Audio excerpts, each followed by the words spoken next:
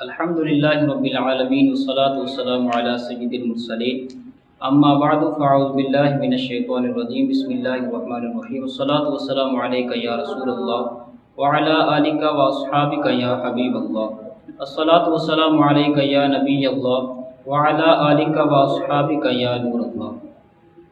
مدارس دینیہ کے اندر امتحانات کا سلسلہ جاری ہے اور تنظیم المدارس اہل سنت پاکستان کے امتحانات کا آغاز بھی ہو رہا ہے۔ اس کا پہلا پیپر 21 مارچ 2020 کو ہونے جا رہا ہے۔ اسی طرح دعوت اسلامی کے جامعۃ المدینہ کا امتحانات کا سلسلہ 1 اپریل سے شروع ہو رہا ہے اور دیگر بھی درس نظامی کے ساتھ تعلق رکھنے والے جو طالب العلم ہیں ان کے امتحانات بھی شعبان المعظم کے اندر شروع ہونے جا رہے ہیں۔ اصل میں ہمارے لیکچر کے اندر تاخیر کی وجہ ایک یہ بھی بنی کہ دیگر یوٹیوب چینل پر جو ہے لیکچر اپلوڈ ہوتے رہے تو کچھ کمیاں ہمارے ذہن میں تھی۔ ہم نے سوچا شاید کوئی اپنے چینل پر اپلوڈ کر دے گا، لیکن اس کے باوجود بھی اپلوڈ نہیں ہو سکی، تو جس کے باعث ہمیں تاخیر سے ہم حاضر ہوئے ہیں۔ تو ہم نے آپ کے لیے بہت ساری مفید باتیں لکھی ہیں، اہم نکات، مدنی پھول سمجھ لیں، اہم ٹپس سمجھ لیں، تو انشاءاللہ عز و جل ہم آپ کی بارگاہ میں عرض کریں گے۔ اور اس کے علاوہ جو ہے ہم آپ کو آج ہی ہمارے اس لیکچر کے اندر امتحان، پیپر، کمرہ حال میں جانے سے پہلے اور پیپر کرتے وقت کے کچھ وظائف بھی بتائیں گے، کیونکہ پیپر تو بندے کو آتا ہے لیکن کچھ وظیفے بھی بندے کو کر لینے چاہیے۔ ویڈیو کی طرف، لیکن ویڈیو کی طرف آنے سے پہلے اگر آپ ہمارے چینل پر نئے ہیں تو آپ سے التماس ہے کہ آپ ہمارے چینل کو ضرور سبسکرائب کریں اور بیل آئیکن کو دبانا مت بھولیں۔ آج کا ہمارا جو موضوع ہے وہ ہے پیپر کو کس طرح حل کیا جائے اور کمرہ امتحان میں آنے سے پہلے اور بعد کیا کیا کام لازم ہیں۔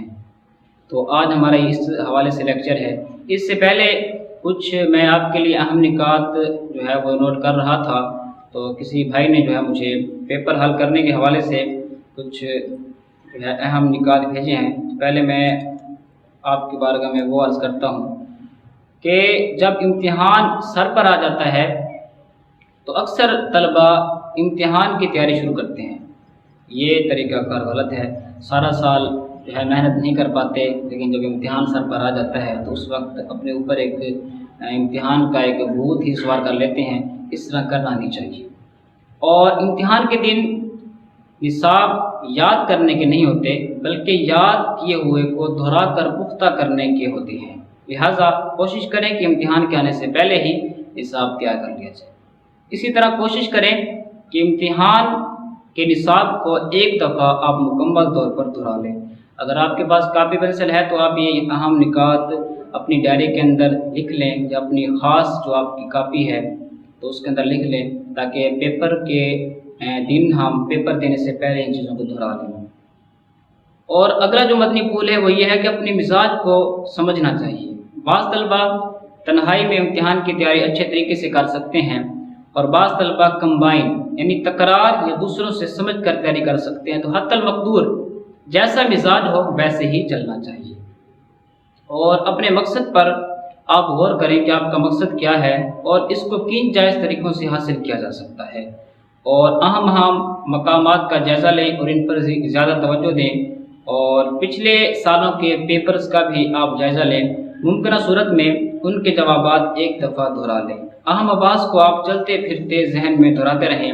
عام طور پر طلبہ امتحانات شروع ہونے سے پہلے یعنی امتحان شروع ہونے سے پہلے کچھ دیر پہلے فضول باتوں کے اندر یا کوئی کتاب کو دیکھنے میں وقت صرف کرتے ہیں، حالانکہ اس وقت کتاب کو نہیں دیکھنا چاہیے، بلکہ اللہ تعالیٰ کی طرف متوجہ ہونا چاہیے، کیونکہ اس مختصر وقت میں کتاب دیکھنے سے ذہنی الجھن ہوتی ہے جس کے غلط اثرات پرچے پر مرتب ہو سکتے ہیں۔ یہ تو تھے پیپر یاد کرنے کے حوالے سے اہم نکات جو ہم نے سنے ہیں۔ آتے ہیں اپنے موضوع کی طرف، جو ہم نے آپ کے لیے موضوع تیار کیا ہے کہ کمرہ امتحان میں آنے سے پہلے کون کون سے کام لازم ہیں، اور پیپر کے دوران پیپر حل کرتے وقت کے کون کون سے وہ اہم چیزیں ہیں، وہ اہم باتیں ہیں، وہ اہم امور ہیں کہ اگر ہم ان پر عمل کریں گے تو انشاءاللہ عز و جل اللہ نے چاہا تو ہم ممتاز معاشرف جو ہے آنا ہمارا نصیب بن جائے گا۔ یاد رکھیے جو امتحان ہے یہ آپ کی علمیت کی جانچ نہیں ہے، بلکہ آپ کی ذہانت کی جانچ ہے کہ اس وقت